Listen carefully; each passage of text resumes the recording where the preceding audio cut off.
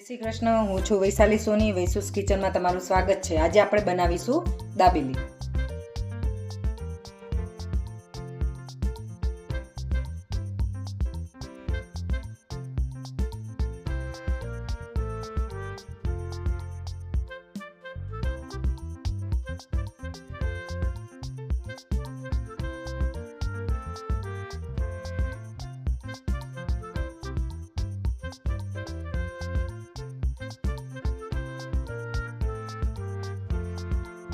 બટાકા બફાઈને રેડી થઈ ગયા છે. આપણે એમાંથી પાણી કાઢી લીધું છે અને આ બટાકાને આવી રીતે આપણે ભાગી લઈશું.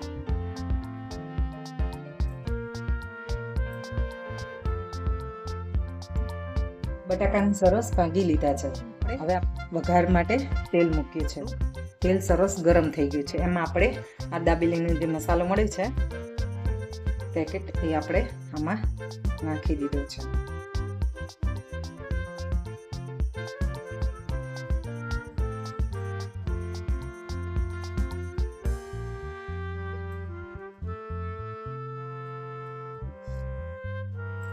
આપણો મસાલો થયો છે અને એમાં આપણે આ જે ખજૂર આમળીની ચટણીનો પલ્લો હોય એ રાખેલો છે એ આમાં એડ કરીશું જોઈતા પ્રમાણે.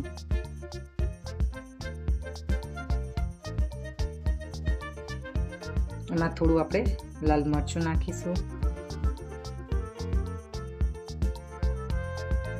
થોડું ધાણા જીરું, થોડું સ્વાદ મુજબ મીઠું અને 2 ચમચી જેવી ખાંડ.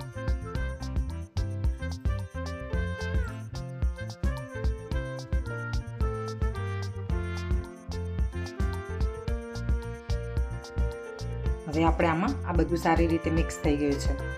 હવે એમાં આપણે આ બટાકા એડ કરી દઈશું.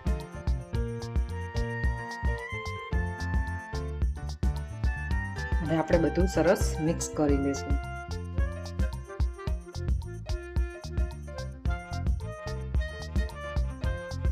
આપણો મસાલો એકદમ તૈયાર થઈ ગયો છે ને, રેડી, બજાર જેવો છે, સરસ. હવે આપણે એને આવી રીતે કરી દઈશું અને આપણે ગાર્નિશિંગ માટે લીલા ધાણા નાખીશું.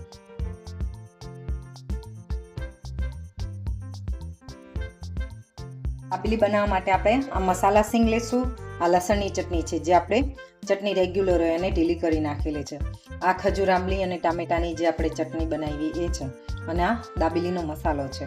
આ તેલ શેકવા માટે આપણે આ પાઉં લઈશું, એને વચ્ચેથી આમ કટ કરીશું.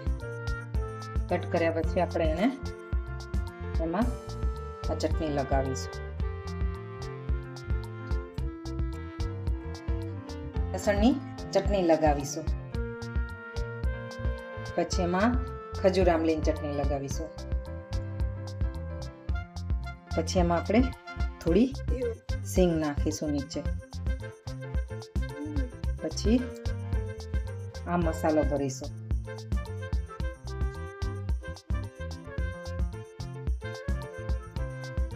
પછી ફરી પાછું ઉપર આપણે મસાલા સિંગ નાખી દઈશું. અને હવે આપણે એને ગેસ ચાલુ કરી દીધો છે, તવી મૂકી છે, એના ઉપર આપણે તેલ નાખી અને ગરમ કરી લઈશું.